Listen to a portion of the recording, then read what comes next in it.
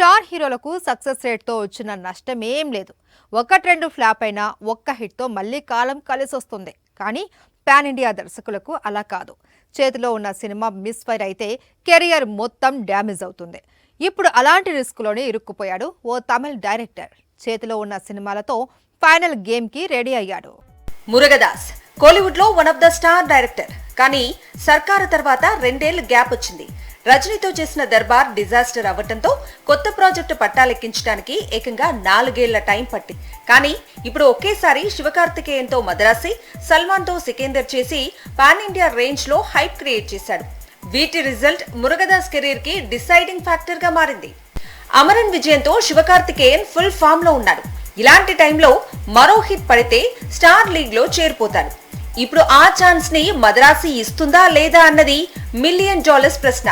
Teaser బాగున్నా content ఎంతవరకు మెప్పిస్తుంది అనేది శివకార్తికేయన్ అభిమానుల్ని వెంటాడుతోంది. సల్మాన్ తో చేస్తున్న సికిందర్ కూడా డౌట్ఫుల్ గానే ఉంది. ఇటీవల రిలీజ్ అయిన టీజర్ లో మురుగదాస్ క్రియేటివిటీ కనిపించలేదు. కంటెంట్ పై నమ్మకం రావటం లేదు. దీంతో సల్మాన్ ఖాన్ ఫ్యాన్స్ సైతం టెన్షన్ పడుతున్నారు.